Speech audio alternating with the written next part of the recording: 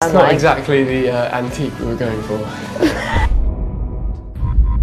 Our movie tonight is The Mirror, which sees three friends purchasing a supposedly haunted mirror in the hopes of winning $1 million prize for documented proof of paranormal activity. I'm Cinematico Magnifico of amoralcrackpot.com, and welcome to the Nightly Chill. Despite the proposed premise of The Mirror, very little in the way of spooks, specters, or ghosts is to be found in this movie. Instead, writer-director Edward Bose subjects us to some 80 minutes of initially charming character work that introduces us to our three leads, Gemma, Matt, and Steve, but then fails to do much else beyond presenting yet another Me Too found footage horror movie. In the some 17 years since the release of the Blair Witch Project, yes, it really has been that long, filmmakers of all types have come to heavily rely upon the once novel appeal of found footage. But while that movie managed to build tension and deliver some wholly original and at times authentic character work, despite a fairly loose approach to its script, acting, and overall production, many if not most of these later attempts at replicating the Blair Witch's success have failed time and again to deliver on scares as much as they failed to deliver interesting characters or an engaging story.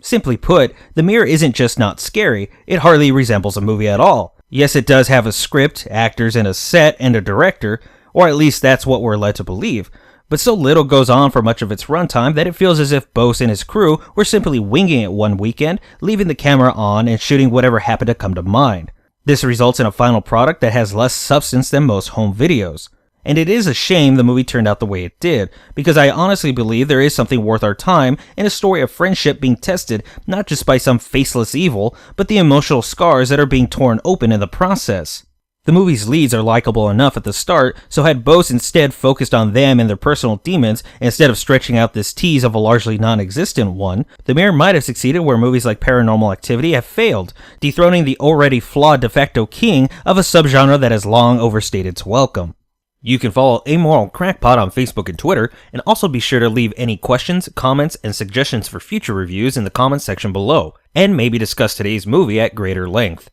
Be sure to join us next week when we take a look at some of the numerous modern remakes of classic horror movies from the 70s and 80s, including A Nightmare on Elm Street and Poltergeist. But until then, I'm gonna make like a tree and get out of here.